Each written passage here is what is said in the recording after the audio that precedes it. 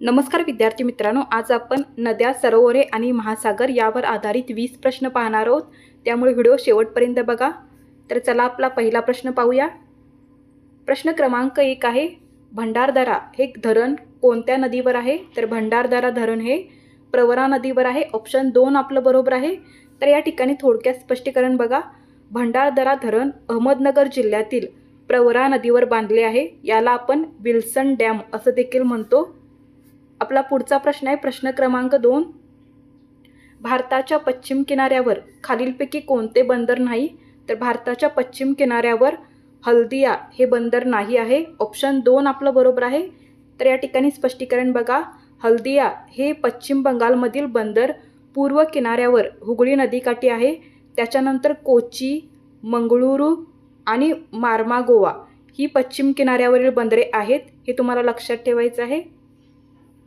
प्रश्न क्रमांक 3, कोटा हे शहर कोणत्या नदीच्या किनाऱ्यावर वसलेलं आहे? तर कोटा हे शहर चंबळ नदीच्या किनाऱ्यावर वसलेलं आहे. ऑप्शन 2 आपलं बरोबर आहे.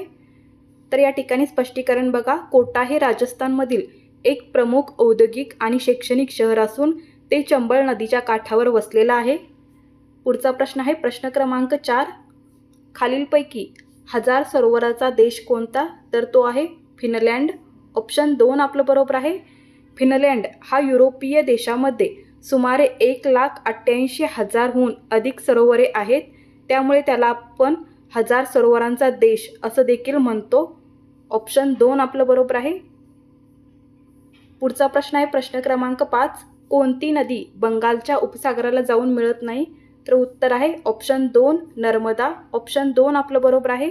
नर्मदा ही भारतातील प्रमुख पश्चिम वाहिनी नदी असून ती अरबी समुद्राला खंबातच्या आखातामध्ये जाऊन मिळते. आणि इतर ज्या नद्या आहेत गंगा, यमुना आणि गोदावरी या का आहेत? तर या पूर्ववाहिनी नद्या आहेत. आणि नर्मदा आणि तापी या का आहेत? तर या पश्चिम वाहिनी नद्या आहेत. पुढचा प्रश्न पहा प्रश्न क्रमांक 6, चिल्का सरोवर कोणत्या राज्यात आहे? तर चिल्का सरोवर हे ऑप्शन 1 ओरिसा, ज्याला आपण ओडिशा असं देखील म्हणतो, तर या राज्यामध्ये आहे. ऑप्शन 1 आपलं बरोबर आहे.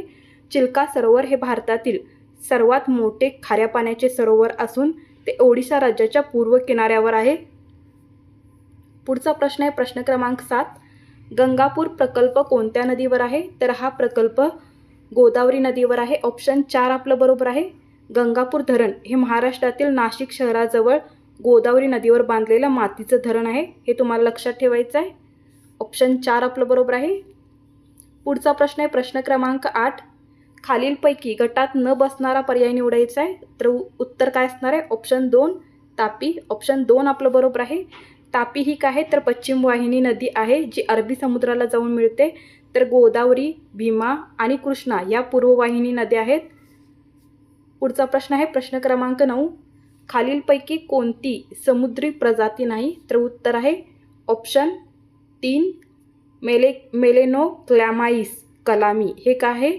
तर ही समुद्री प्रजाती नाही आहेत. बाकीच्या ज्या आहेत त्या समुद्री प्रजाती आहेत. पुढचा प्रश्न आहे प्रश्न क्रमांक 10, भामरागड येथे त्रिवेणी संगमातील कोणत्या 3 नद्या आहेत? तर भामरागड या ठिकाणी त्रिवेणी संगम आहे. यामध्ये इंद्रावती, पर्लकोटा आणि पोमल गौतम या 3 नद्यांचा संगम होतो. ऑप्शन 2 आपलं बरोबर आहे. आता गडचिरोली जिल्ह्यातील भामरागड येथे इंद्रावती, पर्लकोटा आणि पोमुल गौतम या 3 नद्यांचा जो संगम आहे तो अत्यंत नयनरम्य असलेला आपल्याला पाहायला भेटतो. ऑप्शन 2 आपलं बरोबर आहे. प्रश्न 11, झेलम नदी कोणत्या सरोवरातून वाहते? तर झेलम नदी ही उलर सरोवरातून वाहते. ऑप्शन 3 आपलं बरोबर आहे. झेलम नदी जम्मू काश्मीरमधील उलर सरोवरातून वाहते.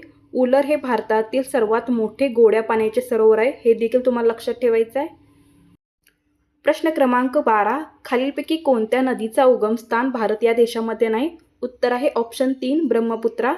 ब्रह्मपुत्रा नदीचा उगम हा भारतातील नसून तो चीनमधील तिबेटमधील मानसरोवराजवळ चेमायू गंडूक ह्या हिमनदीत होतो. हे लक्षात ठेवायचं आहे. पुढचा प्रश्न आहे प्रश्न क्रमांक 13, लखनौ शहर कोणत्या नदीकाठी वसलेलं आहे? तर लखनौ हे शहर गोमती नदीकाठी वसलेलं आहे. ऑप्शन 1 आपलं बरोबर आहे. उत्तर प्रदेश राज्याची राजधानी असलेले लखनौ शहर गोमती नदीच्या काठावर वसलेले आहे आणि गोमती ही गंगा नदीची उपनदी आहे. प्रश्न क्रमांक 14. वैनगंगा नदीचा उगम कोठे होतो? तर वैनगंगा नदीचा उगम हा मध्य प्रदेशातील सिवनी या ठिकाणी होतो. वैनगंगा नदीचा उगम मध्य प्रदेशातील सिवनी जिल्ह्यातील मुंडारा गावाजवळ दरकेसा टेकड्यांच्या रांगेमध्ये होतो. पुढचा प्रश्न आहे प्रश्न क्रमांक 15. सिपना ही नदी कोणत्या नदीची उपनदी आहे? तर सिपना ही नदी तापी नदीची उपनदी आहे. ऑप्शन 1 आपलं बरोबर आहे. सिपना ही तापी नदीची एक महत्त्वाची उपनदी आहे. त्याचबरोबर ती महाराष्ट्रातील अमरावती जिल्ह्यातील मेळघाट या डोंगर भागातून काय होते? वाहत जाते. पुढचा प्रश्न आहे प्रश्न क्रमांक 16. अयोध्या हे शहर कोणत्या नदीकाठी आहे? तर अयोध्या हे शहर शरयू नदीकाठी आहे. ऑप्शन 4 आपलं बरोबर आहे. शरयू हे काय? अयोध्या हे शहर काय आहे? तर श्री प्रभू रामांची जन्मभूमी असलेलं शहर आहे आणि उत्तर प्रदेशातील पवित्र शरयू नदीच्या काठी हे वसलेलं आहे. प्रश्न क्रमांक 17. खालीलपैकी कोणती नदी ही पूर्वेकडून पश्चिमेकडे वाहते? तर उत्तर आहे ऑप्शन 3 तापी. तापी आणि नर्मदा या 2 नद्या पूर्वेकडून पश्चिमेकडे वाहतात. तापी ही द्वीपकल्पीय पठारावरील एक प्रमुख पश्चिम वाहिनी नदी आहे, जी कशी वाहते? पूर्वेकडून पश्चिमेकडे वाहते आणि अरबी समुद्राला जाऊन मिळते.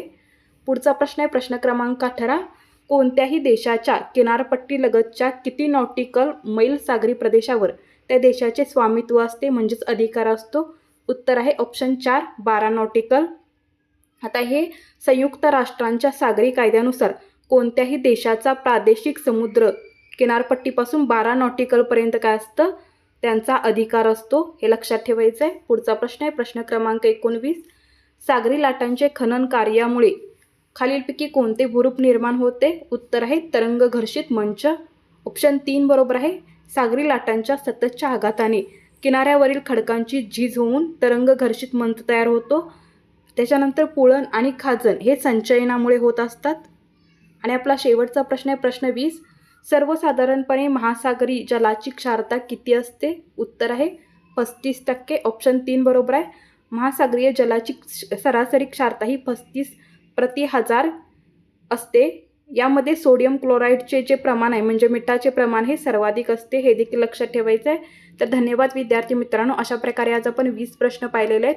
जर तुम्हाला असेच प्रश्न पुढे अभ्यासायचे असतील तर या चॅनलला सबस्क्राईब करा. धन्यवाद.